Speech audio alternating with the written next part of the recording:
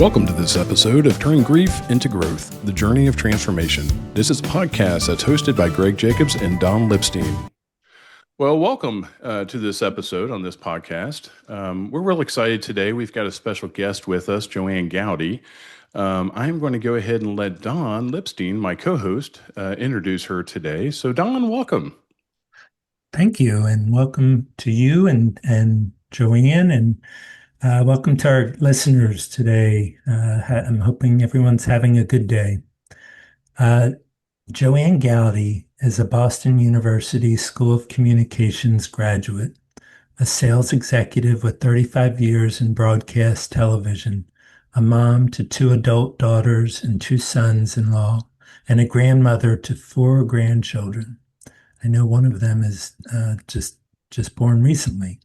After losing her husband of 37 years to suicide on February 1st, 2020, her identity on many levels was shattered. Since then, she has rebuilt a new identity in early childhood education, and she is here today to share insight on her journey with hope of somehow helping even just one other person.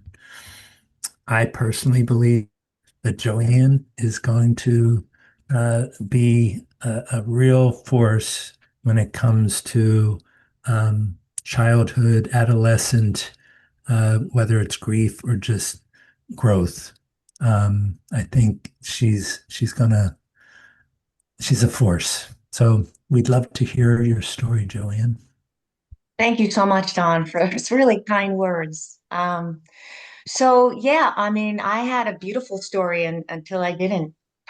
It was probably like many of people listening, but it really for this conversation, it started when I was 23 and married the love of my life, and we had so many wonderful years together. I knew pretty early on that Rick had um, a dependency or an addiction to alcohol, and but he was very functioning and a wonderful dad and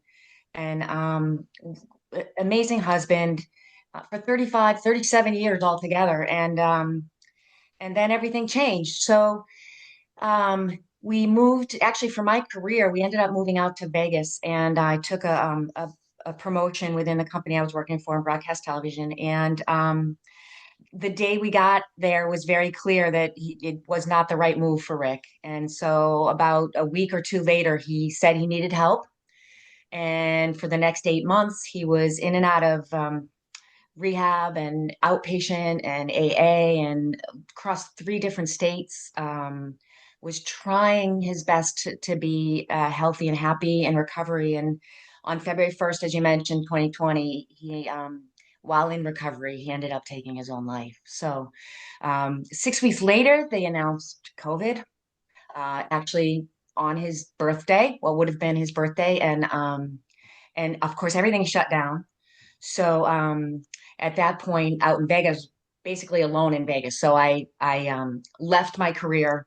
I moved back to the East Coast, which is where my family and friends are from, and have been here for the past 6 years, just trying to rebuild. But lost everything, my identity, obviously, clearly my husband, and so it was rough. It was rough. Like So everybody, sadly, that goes through this. It's just losing people, and losing my identity as well, which was, I think, part of the process. My yeah, so career, so that's multiple losses when you think about it. You right? lost your husband, your best friend, um, your your job, Hmm. your career, and then moving from where you were living. I mean, all of that is a type of grief. On top of losing your Compounding husband. losses. Yeah. Yeah, Yeah, that's a good point about Google, like, because yeah, grief. I mean, I look at my grief as very complicated, but I usually attribute that to the way, the tragic way that he passed. But then there's other layers that kind of always get in there, right? It's hard. yeah. I got a question for you because I tend to refer to life as BD and AD, kind of like BC and AD for the timeline before Christ, auto domini. Yeah. You get this whole aspect of BD for before David, passed for me, my son, and then AD after his death. Everything is marked by December 23rd of 2020 for me. Do you feel that kind of BR, before Rick, after Rick passed timeline? Because most people through life just kind of keep going through life. I wouldn't say they coast through life. There's always ups and downs that we have. But I Sure. do think that there's just this whole kind of, man, slamming into a brick wall where life just stops for you. Did you feel kind of that occurrence for you on that time when he passed? That's a really good question, Greg. I think that gets sparked in my mind when new fun things happen in my life and joyful times. That's when I say, like even now, it's been 6 years. I think back, we had a grandbaby born June 11th of 2020. Mm, So our daughter was pregnant actually when Rick passed. And so in that sense, I think about, oh right, Rick and Charlie never met. So, I think about that and oh, how, sadly though, it sparks you right into oh, how tragic is that? He didn't get to meet his first grandson. Like, yeah. so I try not to do that. It's so hard though. And even like our youngest got married a year ago, and such a fortress. She walked down the aisle by herself. Love it. And yet, before when Jackie, our oldest, got married, Rick walked her down the aisle. So it was like well, you know, before and after kind of thing too, when Sure. Rick was here and now he is not. So I do that a lot, but this Yeah. sounds so Uh, harsh, but life is for the living. And Hmm. someone said that to me very early on in my grief journey, and I was mad when she said it. I was like, how, let me, yeah, it is. I get that, but Rick is not alive, so I don't want to hear it. But it's very true. And once I started to accept that and realize that my journey is not over, Rick's is, mine is not, and I'm not gonna wallow and not, Yeah. kind of thing. And I just started that self-pity that I would get into would really annoy me. There's Still there, does. yeah, there's a worship song that we play at church a lot of times. We were not made to tend graves. And I remember earlier on in my grief journey, that really ticked me off hearing that song because I was going out to the cemetery every day. And the rest of the lyrics are basically, we were made to live.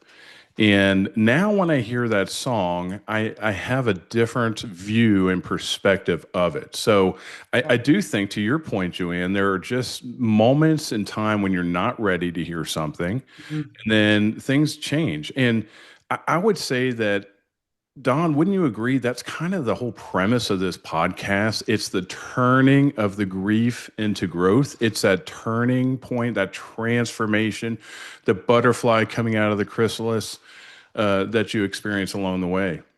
yeah, absolutely. As we grow through our grief, as we grow through our lives, I mean, it's constant change, right? Uh, that's the one constant in life is change. That it's going to change, and so I see grief, the journey that we are on. I see that as these great opportunities to grow and to learn about life, and you know I hear you. Before Josh, after Josh, there's a big difference in the way I lived my life. But it took some time before I could start moving in a positive direction. I needed to spend, however many, a year, 2 years of really grieving and mourning. And once I was able to get that out, then I could learn to grow through that. And I think, Joanne, uh, I think you've experienced some of that yourself, right? That you had a lot Absolutely. of pain early on. Absolutely. Well, for 35 years, I was Rick's wife. And, for the years that you were together with your sons, you were their dad. And so when I feel like that those roles that we identify with become so much part of the fabric of who we are, and then it's ripped away from you. It literally shreds. Yeah. So I think that the transitioning, and you talk about the change, part of that was realizing that absolutely, yes, Rick is part of my identity. But guess what? I can make that a positive. I can remember the things that he gave me that now that I wasn't before that helped me to be a better person. And Mm, without that, I wouldn't be who I am today. And so that started to put a little bit of a smile on my face because in that way, he is still with me. yeah. And I I do love that. think, what would Rick do? Because Rick would be so good in this situation. What would he do? Because I'm about to lose it. But it was his patience was just amazing, and I have zero. So I, that was one of the things that, just as an example, it's one of the things that he's still with me in that part. I love that fact that you bring him along with you. I also do Yeah. that every day as far as bring David along with me. A lot of times I'll just talk to David quietly in the car, driving down the road, and converse for you to say, what would Rick do in that situation? There's a very powerful topic that you just brought up that I would be remiss if we glossed over it, and that is identity. I've mentored a lot of people in life, and one of the things that I caution them on is, especially when it comes to professional, don't make your work life your identity. It is part of our identity, but I say make your family. You're a mother, you're a father, you're a brother, you're a sibling, whatever. Well, when that identity somewhat feels like it's stripped away from you, then you're almost lost and you're trying to Mhm. find your identity again. What is my identity in life after this loss? And I think it's so powerful, Joanne, because you have really kind of brought to the forelight here of the fact that the identity doesn't have to go away. You almost have to rediscover your identity after Rick passed. And what does that look like? You're still the wife of Rick. You still had 35 years of marriage with him. You still bring him along with you. You still have all those, Google photos and all these different things. He did not get to see the birth of his grandchild. He did not get to walk his daughter down the aisle. So there's those aspects of fatherhood and grandfatherhood for him that are missing. But I think it's just a really important point with identity.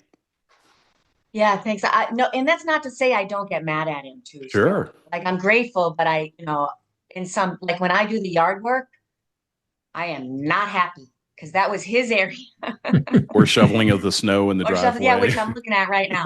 Which, by the way, can you hear the snowblower going outside a I little? can't. Okay, Yeah. good. Thank goodness those are not pleasant. That's kind of like a dental drill sound for me. Uh-huh. I don't want to hear a snowblower.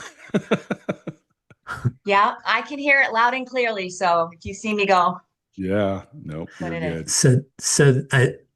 Back to identity, I feel like, TAPS talks about a new normal, right? That we create this new normal. And, you know, when I think about what you were sharing earlier, Joanne, um, about what would Rick do?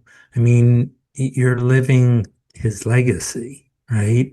And your daughters are probably living his legacy. So he does live on, um, and he lives on in the hearts of all who knew him and loved him, and still do, right? You still that Yeah. love never dies. It was interesting when he first passed. It, uh, you know, it, I got thrown into such a I think I had anger pretty quickly out at not at him at all, but at the disease Mm, that I feel took him, and it was interesting because I was thinking, so okay, now what do I do though? Because I had left my job. What do I do with the rest of my life? What is my new normal, as you say? What is that going to look like, or whatever? After months went by, and Rick was Rick was really really good with children. We called him the Sarge. There's your military connection because there you go. he would keep them in line, but he would also be very fun. And so I was thinking about different ways to work with children and help children, and it's basically what I've done for the last 5 years. So um, And it's been beautiful for me, Talk and I talk to feel us I a feel little bit very more grateful. about that. Yes, please. Well, one of the things the when he first passed, you know how they set up like a donation in someone's name. For Rick, they set it up or we decided as a family and his brothers and sister, we decided to set it up for a youth home, Mm. where teenagers go and who are troubled in some way would go and live. And so we all the donations in his name went there. And I thought, well, wouldn't it be great to kind of help young people that are struggling with addictions or with trauma or with whatever. And while I haven't really gotten there, I found myself with no job. And what can I do in the middle of COVID? So I actually reached out to the local public school system where I moved back to in Connecticut, and got like a substitute teaching type position where I would go in. And the first day I went in first grade, and there were other teachers there. And what was really wonderful was they thought I had been doing this like my whole career, Mm. because I just loved it so much. I didn't stress about it. I loved connecting with the kids. And so ever since then, I've worked in basically public school systems with littles, so kindergarten, first grade, but I got kind of moved into the special ed area. So children that have dealt with grief, children that have dealt with trauma, children that have broken homes or, whatever, or have developmental behavioral issues or, disabilities, or it goes the whole gamut. And while it's been like over the top challenging, it's been so fulfilling for me, you If know. that's not the definition of turning grief into growth, I don't know what is. I'm sure some people on the outside that see you might say, "Well, she's covering up, her loss, or she's not addressing, just by pouring herself into this or that." Because I've had people have said the same to me, and it's really hard to understand. It's hard to empathize unless you have walked a mile in your shoes. I don't see that obviously at all. I see that as a passion. I see it as a step of moving forward continually. I do think it's important. I want to backpedal just for a second, if that's Okay. okay. Um, you talked about Rick's sickness. Very few people choose to just get up and end their life. There's always kind of a backstory behind it. It's usually substance abuse, mental health, things like that. And I don't think as a society here in America, we've done a really good job at identifying the sickness behind suicide. I think we're getting better at it because we're being forced to. Post-COVID generation is a little more in touch with mental health than the pre-COVID, just from the isolationism and things like this. But I did want to talk about the stigma of suicide for those that are listening, because there can tend to be in society a stigma surrounding suicide.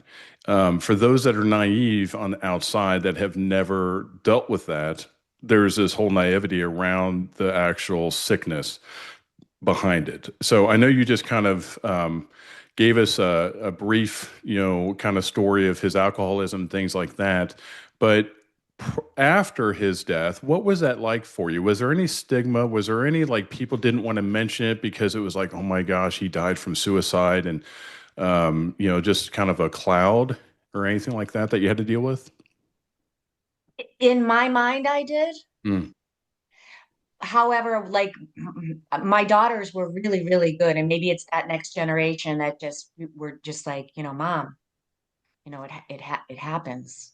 It's, and what's funny is that naivety. I think of myself because, years of growing, years ago in my younger adult years, I would hear about families that have lost someone to suicide. And I would be like, this is literally my thought. I'm embarrassed to share it, but what is wrong with that family? Yeah.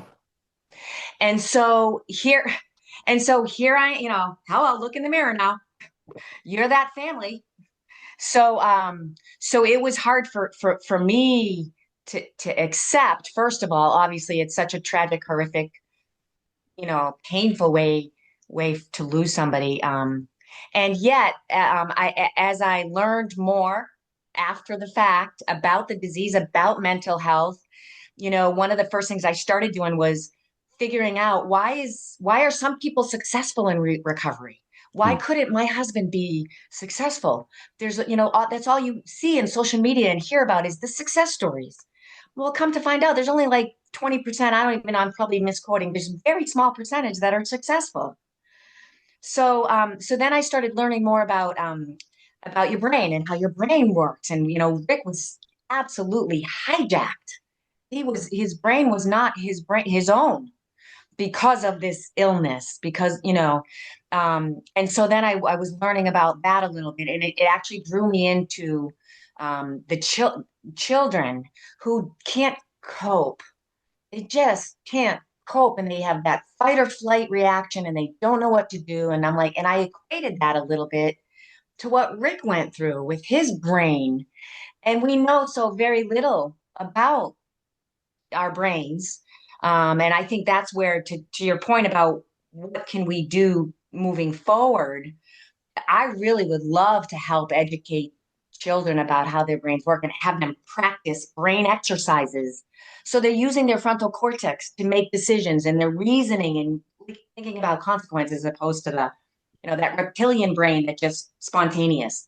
Yeah. Um, but to get back to, I'm sorry, I know I'm jumping all over the No, place. you're good. Um, yeah, there was definitely stigma, but mostly from myself. And I think from, older generations that it just, again, and it was from ignorance.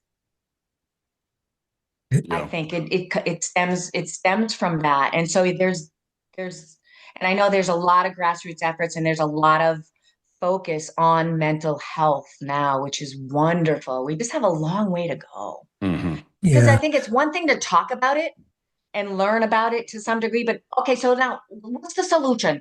Yeah. What do we Yeah. do What are we How about are it? going we to going do to about help? it? How are we going to help younger children? Hmm. 85% of addictions occur when you're teenagers. Okay, hello. That means we need to start talking to kids and teaching them and helping them at a much younger age so they get to that crucial stage of, I want to belong. Rick used to say, I like who I am when I'm drinking because I'm confident and I'm funny and people like me. And so true.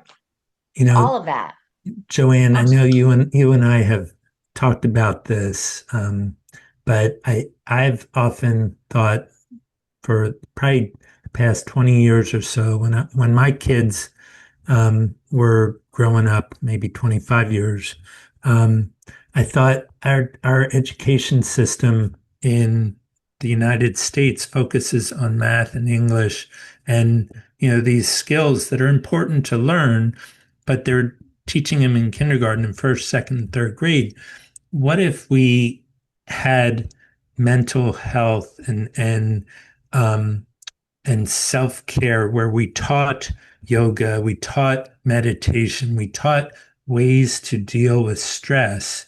Breathing Because exercises. yes, because the stress piece, I remember being in fourth grade and I was really good in math, but I could not take a test because I would stress out. And I did terrible. And my math teacher actually reached out to me and said, I know you can do this. What's going on? Mm. And I told her, I said, I don't know. I just get really nervous. And so she gave me some exercises to do to keep me settled. And my test grades started going up. So it's really something that I feel like we miss in our society, and that we can do a much better job of teaching those skills to help deal with stress. yes. Thank you for sharing that story. That's really good. And I kind of see that almost every day at school. It is the stress that and the anxiety that some of the kids really can't deal with. So now what's interesting is they've instituted a program or sort of a part of the curriculum. It's called SEL, Social Emotional Learning, Mm. and it's part of the children's everyday lessons. And so we spend time talking about our feelings, talking about strategies that might be able to help us find that calm so that we can deal and process and get through that moment. And it's So, it's hard, yeah, very hard. but that But it's a sounds start. like, yeah, it sounds like you're doing what we need to do to help counter this suicide piece that, yes, I'm having a bad day, but I don't need to kill myself. I don't need to Right, die. right, right. That there are things I can do to help myself. And there are people out there that want to help too. Absolutely. And the sooner we can help our children acquire the skills that they need to Right, process life, because life is hard and it's in so many different ways, then the more successful they'll be as right. students and as, Uh, adult citizens and Adults. all of that. It's Yeah. yeah, it's such a big mountain to move though. Yeah, it It is. really is. You're dealing more with the children aspect at this point. I'm dealing more with the adults, and it's just interesting to me. I've had 2 to 3 men over the last 12 months that have told me that they were ready to die from suicide that day, but I had called them and I said, "Hey, you want to go to lunch?" And the other guy just said, "Hey, how you doing? Just want to check in on you." There's no indication of suicide. They say a lot of suicide victims there's no indication leading up to, prior to. A lot of signs. They say, "What signs did I miss?" A lot of times it's not. They're just going on functionally in life, but there's just a really dark aspect mentally, sickness with addictions and things that they're dealing with. But I think it's really sometimes it can just be as simple as calling somebody up and just asking them out for coffee, asking how their mental health is. I do that all the time. I ask my children that all the time. How's your mental health? Is there anything we need to talk about? Mhm. Because I do think that it's really a lack of love and caring and acceptance in society a lot of times. Not always. That's not always what the drivers might be. But I do think that there's something that everybody can do, and that it's as simple as that.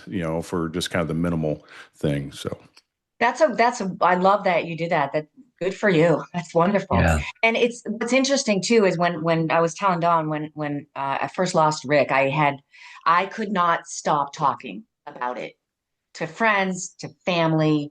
I had to get it out. And I'm convinced that that's part of the path for many people. I think whereby you need to talk through things. You need to talk it out. And unfortunately, it's hard on the other end, right? If you're the one that is struggling with it, with a mental illness or a disease or an addiction, again, your brain is hijacked. that's So right. you're not think so to kind of draw feelings and thoughts out from people, true feelings, because we all know how much well, those of you that are attached to anybody that has an addiction, lying is second nature. So and they'll fake the best of them. So to actually peel all those layers back and get that true, authentic, raw person to talk, to me, that is one of the most healing things that you can do for somebody, but it's just not easy, Yeah, couldn't you agree know. more.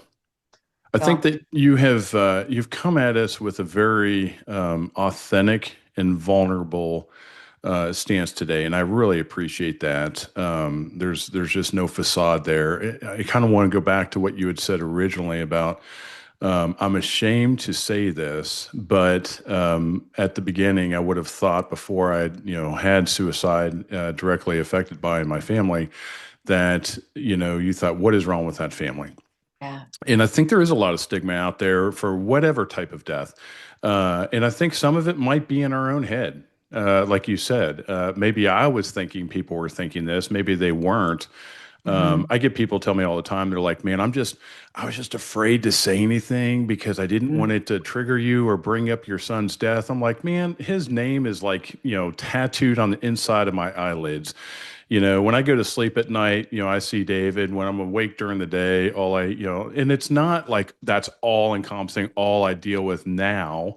And we've talked on prior podcasts about active versus inactive grief. But people don't understand, and they No, don't know how to communicate with survivors in these situations. they really So don't. true. So true. And you know what? It's you said it earlier. Until you've lived it, until you've experienced it, you don't. And that's why I was so idiotic when I made that comment. And I will say that when our loved ones are alive, it's not just their disease. Yeah, It's all of our. yeah. It So, affects everybody. it's everybody's. And that's why I think we all need to come up with these solutions and these new programs and, the focus on mental health and find ways to work together. Well, and Not your problem. It's your problem. that It's not. It's all of ours, I yeah, think. Yes. that's why like AA and Al-Anon Al-Anon being so successful because we really those people and I've lived it a couple times in my life where I wasn't the one with uh, the disease, but I was the one living with somebody with the disease. And initially, I thought, it's not my problem, it's theirs. Right. But you go to Al-Anon and you learn that there's a lot of things that I could have done and am doing differently now Yeah. because of what I've learned Yeah. in those rooms. That's a whole nother podcast. It is. The It feeling guilt, is. the feeling guilty versus regrets versus, Yep. but this has been so great. It's really nice getting to know you guys better. Oh And man, it's been our Thank you. pleasure. Yeah. Let me Thank you ask for you this, being here. Joanne. Is there anything else that you just want to share as we kind of wrap up? um, no, I guess a phrase comes to mind from school, and it's talk it up. Mm, Talk it up. yeah, We all need to do more of that. That's how we're gonna make the situation better, I think. yeah, I But agree. anyway, No, that's And good. in this case, listen up. Listen up. yeah, Listen to our podcast, right? that's Yeah, true. And listen, right. You guys are absolutely. talking it up, so that's good. That's right. Don, how about you? Do you have any last words? I just want to thank you, Joanne, so much for being here. I knew that having you on this show, this podcast, would be a real good treat for our listeners, and you have proven me to be correct. So. You are too Don likes to kind. be Thank proven you. correct. I think I just would close with your comment of talk it up. I couldn't agree more with that. I've told people that I am on an aggressive path to bring commonality and normalcy to grief. I don't know if I'd say commonality. It could definitely be misinterpreted as far as commonality or normalcy to it. But what I don't want is for people to feel like they have to keep in their closets all of the hidden secrets, all of the pain that they have had to bear. We have talked this morning about being proactive versus reactive. We've talked about authenticity and vulnerability. We've actually expressed that more than we have talked about it. I think that it's important for our listeners who might be coming in on this podcast without hearing Josh's story or David's story prior to understand context and the fact that, Joanne's husband, Rick, died from suicide. He suffered from a sickness of alcoholism. My son, David, was 21 years old serving in the military, and he also struggled with alcoholism and addictions and died in an auto accident intoxicated. Don's son, Josh, also struggled with addictions in the military and died from suicide. So we're coming from a place of no, which I think is important. We're not just speaking off the cuff, and there's a lot of people out there that are experiencing hurts and addictions. And I think it was very important that we pointed out like the Al-Anon aspect of even support for those that are living with it, maybe not directly themselves, but indirectly with their loved ones. So by all means, seek the help that you can. Keep talking. Keep finding the right circle of friends. I think it's important to find those that get you, that understand. Those that don't, I don't recommend cutting them off completely. Just don't go into those deep discussions with them on conversations that they can't understand, or that they're just going to offer sympathy, like, "Oh my gosh, I'm so sorry. I can imagine what you're going through," type conversations.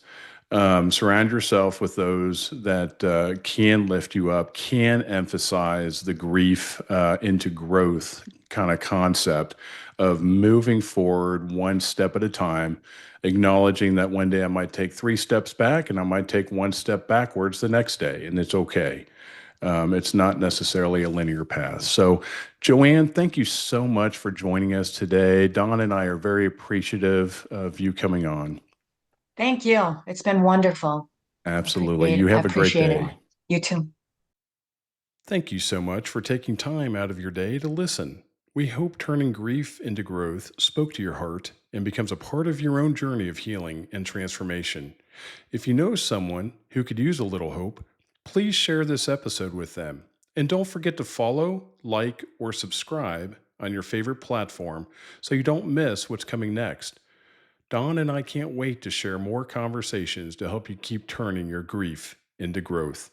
Until next time.